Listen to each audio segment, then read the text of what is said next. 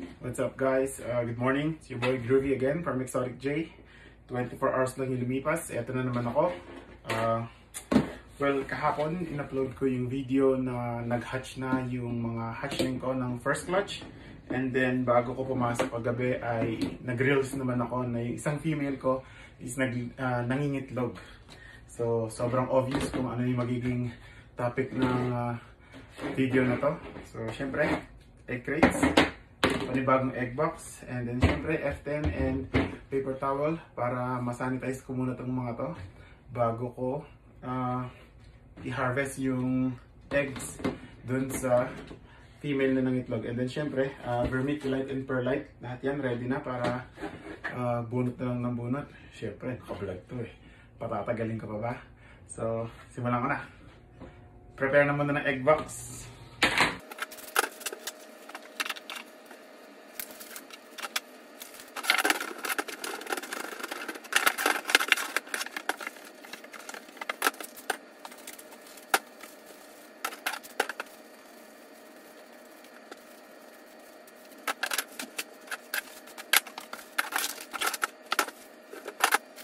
Perlite, baka naman. And syempre, mixture ng with vermiculite. So, depende na yun sa inyo kung gano'ng kalaki yung egg box nyo at kung gano'ng kataas yung gagamitin yung egg box. So, yung sa akin, syempre mataas yung egg box kaya ganyan lang. Yan. Then syempre, pagka may ganyan, tubig. Dapat yung mixture nyo ng yung tubig na ilalagay nyo sa perlite or sa gagamitin yung substrate is hindi siya pumapatak. So mix natin. Lagyan siya ng tubig para lang magbasa, para lang syempre mag-moist. Pero make sure na yung kapag hinalin niyo yung substrate is ganyan ang mangyayari. Diba? Wala siyang pumapatak. Hindi siya masyadong basang-basa. Hindi siya natutubig. Diba? Hindi sobrang tuyo, hindi rin sobrang basa. Kumbaga, sakto lang.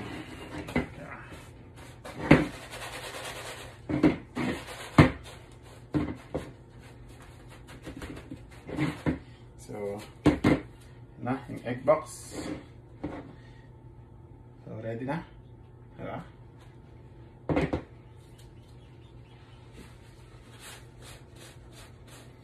And syempre, sunod niyan ay lagyan na natin yung egg crates.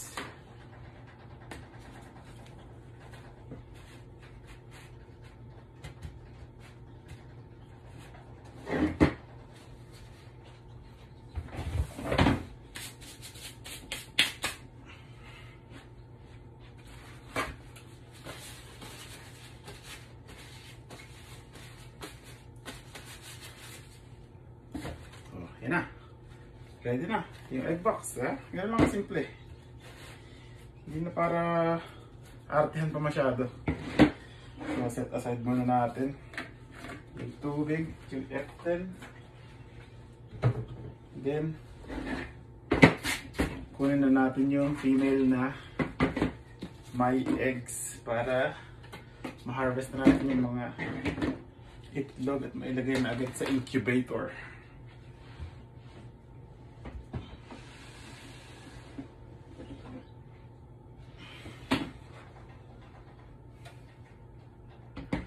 Ayan siya. Yun. Merong isang booby egg. Yan. Booby egg yan pero i-incubate ko pa rin yan kasi mas malaki yung portion niya ng goods kaysa dun sa booby egg lang. Munti ka nang maging slug. So ayan. Ang tinatawag na booby egg kasi meron siyang hugis. Alam niyo na. Baka ma-take down yung video agad. So ngayon, kahit yung egg box ko ay merong egg crates na may shape, pero akong naiisip na gawin eh. So syempre marker, yung iba kasi ginuguhitan sa ibabaw eh. Yung sa akin, meron akong trip na gustong gawin, which is ngayon ko lang gagawin. So, yan, ayan, medyo aggressive siya. Kunin natin sa buntot para mawala yung pagyakap niya. Ikaw, dito ka nga muna.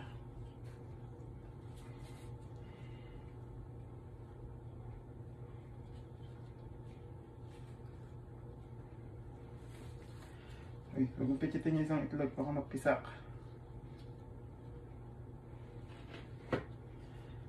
Ayan. So, ito na yung female. Diba? Bite niya. Di man lang naging agresibo. So, syempre, pagkatapos mong itlog, kapain muna natin yung tiyan para siguradong walang naiwan. Kasi, pag may naiwan dyan, delikado sa ahas. Ayan, parang may isang naiwan. Ayan o. Pag ganyan na nangyari, egg bound yan. Delikado yan para sa ahas, baka mamatay. Kaya hilot-hilutin para bumaba. Diba? Kailangan mapalabas yung egg na yan. Ngayon lang nangyari sa akin to. Ngayon ko lang na-experience. Ayan o, kitang-kita siya. Ito siya, dito. Ito, sa part na to. So, ibig sabihin, kailangan niya ng tulong para mapababa yung egg, which is, ayan, bumababa, nararamdaman ko. Diba? Sige. Baba mo.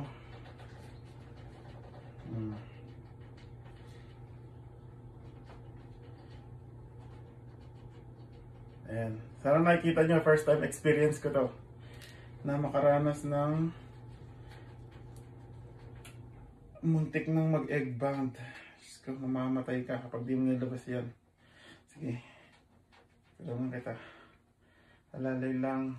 Kaya dapat kapag meron kayong female na i-harvest, pag meron kayong female na nangitlog, lagi nyo i-double check. Ayan o. Bago nyo i-harvest yung egg. So eto, meron pa siyang isang natirang egg. Kaya tinutulungan ko siyang ilabas. So ayan, ito sa part na to. Mababa na. Ayan.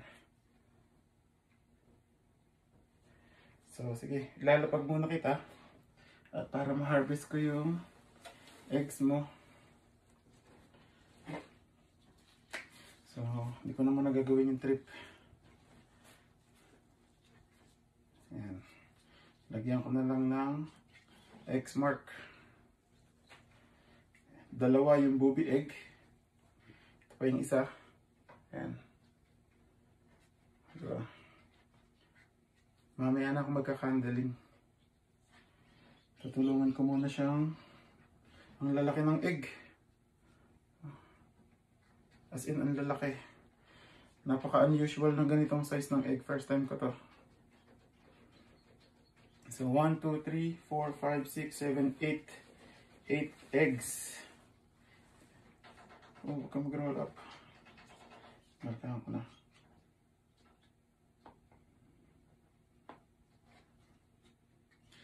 Ayan siya.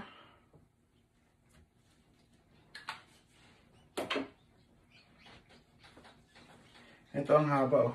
May 3 inches siguro to. Or sobra pa. Haba niya.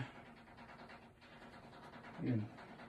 Hintik na hindi kumasya sa egg crate.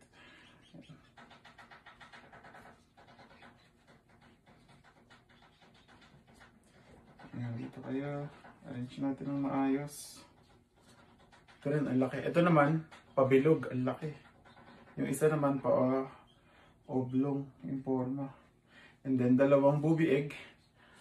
Ayan. Itong isa is almost good, pero meron siyang boob egg dun. So, alam niyo na kapag yan. Pero incubate ka pa rin yan. Kasi sayang yung odds. Pagka ganyan. So, since harvest ko na yung egg, prepare ko muna yung egg box para mailagay na sa... ayusin ko muna yung egg box para mailagay na sa incubator.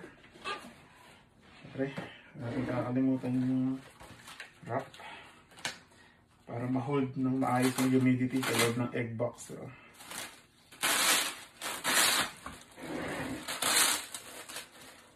itong gamit ko. Press and seal. Press and seal.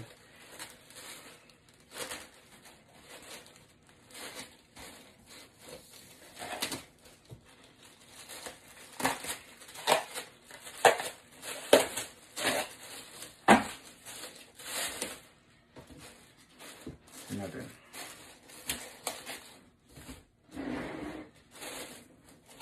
Ayan, yan lang. Ha? Ayos na, yung egg box. Kaya ako nilalagyan ng press and seal is para ma-hold yung humidity sa loob. Kasi diba, kailangan natin ng 100% humidity during incubation. So, ayan, lalagay ko muna sa incubator. At yun lang muna. Peace out guys. Groovy from Exotic J. Thank you so much for watching. Bye.